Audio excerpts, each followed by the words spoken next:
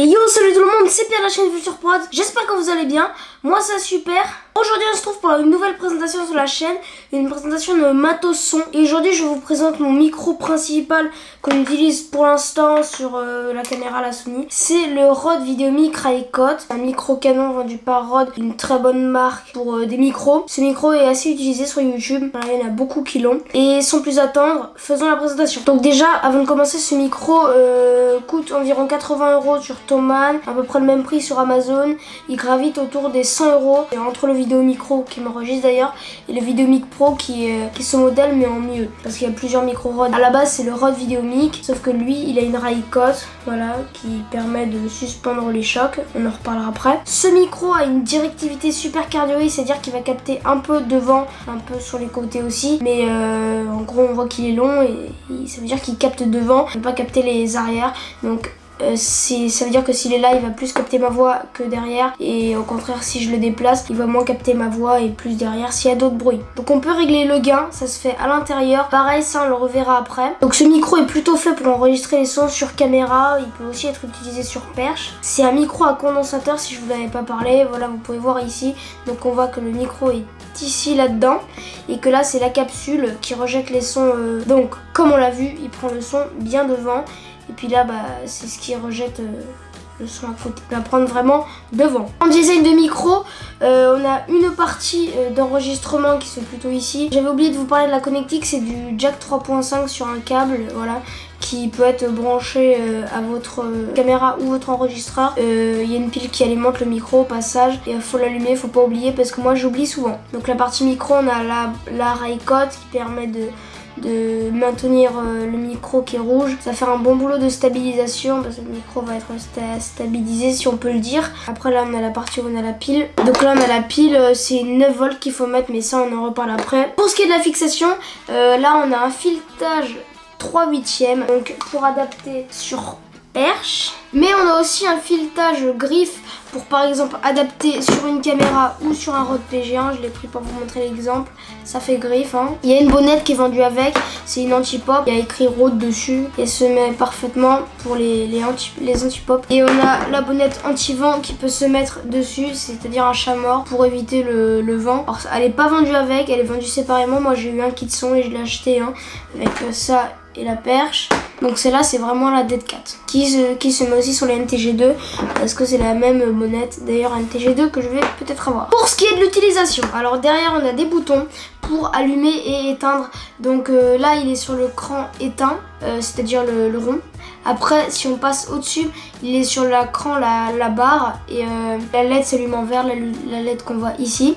Donc là vous pouvez enregistrer le son, donc là il est bien allumé. Faites attention quand il est sur votre caméra à ce qu'il soit pas éteint. Moi ça m'est arrivé pas mal de fois, surtout sur le G7.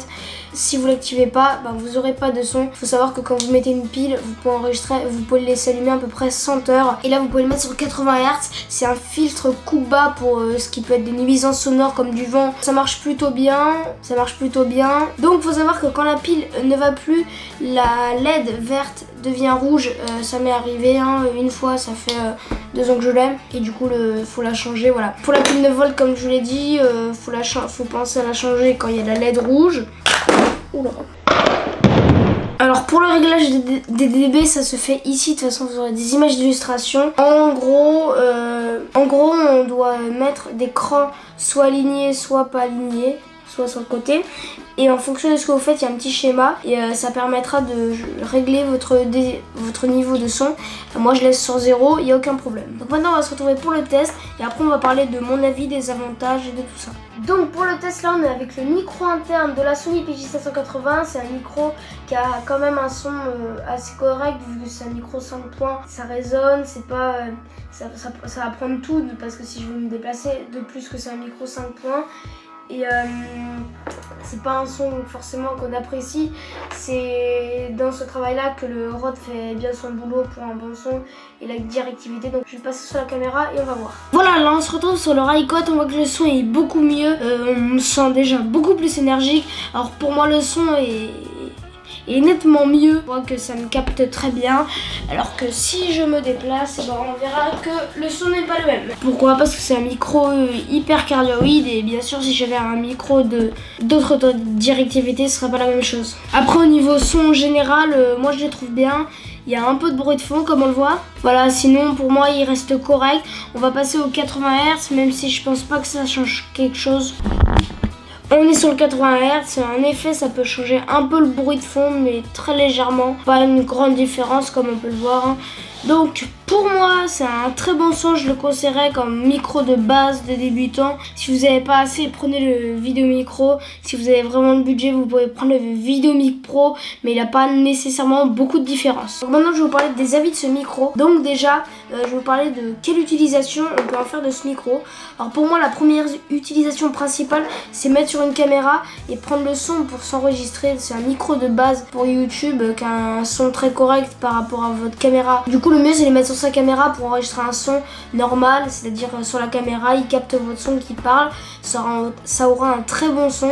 C'est ce qui est suffisant pour un micro sur caméra ou même son témoin. Dans mes premières fictions, j'utilisais le Rycote sur perche avec une rallonge, une dead cat si vous avez besoin, une suspension, bon là il y en a une. Avantage, un très bon micro avec un petit prix. En effet ce micro est très bon, le son est très bon et le prix est aussi très bien pour 80 à 100 euros. La connectique se fait en jack donc c'est tout public, ça se met sur toutes vos caméras, c'est un grand avantage. En avantage on a aussi ses fixations, ça peut faire flash et 3/8, ça fait tout le boulot. En inconvénient on peut avoir la Rycote qui fait pas trop son boulot à mon goût, elle tient pas forcément comme il faut, résiste au minimum, mais c'est pas ce qu'il y a de mieux. De plus, en avantage, on a la bonnette, mais qui est pas vendue avec, qui est pourtant très utile. Et voilà, c'est à peu près tout. Il n'y a pas d'inconvénient pour moi, à part un peu la Rycote. Sinon, tout est bien, le câble est bien, de bonne qualité.